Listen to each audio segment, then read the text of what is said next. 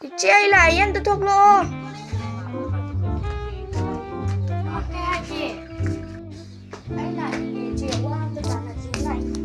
cái hai chị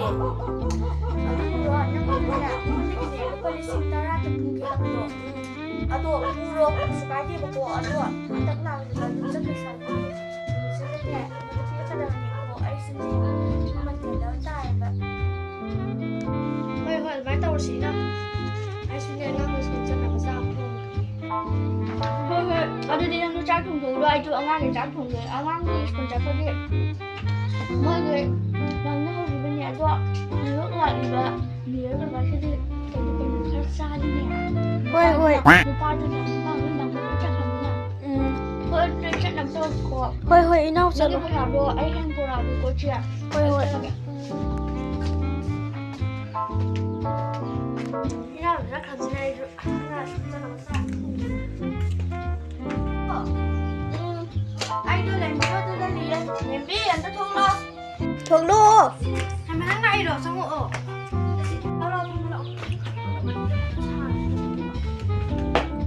ôi ôi không bao giờ tôi sẽ quay đi chơi đã xong kìa ở phía ôi ôi hãy để tôi làm xong này kia quay lên đây tàu là gì có không kìa không có gì cái bài bán hàng đâu chẳng biết đâu kìa tôi biết cái hay hay rồi nó có lại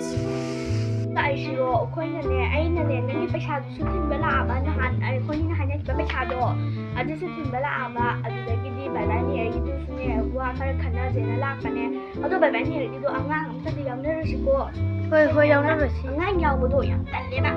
คนละง่ายยาวบุตรที่ทำเนี่ยไม่ได้ที่แบบนี้เพราะไอ้ช่างให้ดีง่ายยาวบุตรให้ดีแต่มันนี่อยู่ในถึงกี่ปีได้ไอ้ที่เนี่ยคำว่าแบบนี้เสียเอาตัวแบบนี้มันดูแลนี่นั่นนี่เราด้วยตัวเจ็บกว่าตัวปั๊บปี้ตัวสุดท้ายก็แบบนี้เอาตัวที่ปั๊บปี้ตัวสู้อ่างอยู่ท้ายด้วยกันไอ้ที่เนี่ยคนน้อยจะเนี่ยมากเนาะถึงตัวแล้วกันเนี่ยเอาตัวเนี่ยอาจจะได้จ่ายสิ่งใกล้จ่ายสิ่งโอ้ยจ่ายสินะโอ้ที่ตาลีได้ยินว่าจ่ายสิโอ้ยจ่ายสิแค่นั่งด้วยจ่ายสิว่าเอาตั้งหลักเฮ้ยตัวอามาตัวดีอ่างก็ต้องใช้หรออ่างก็ต้องใช้หรอเฮ้ยเฮ้ยตัวนั่งบัวก็ไม่ต้องตัวยืนนี่อ่างตัวนั่งจิ๋วย้อตัวด้วย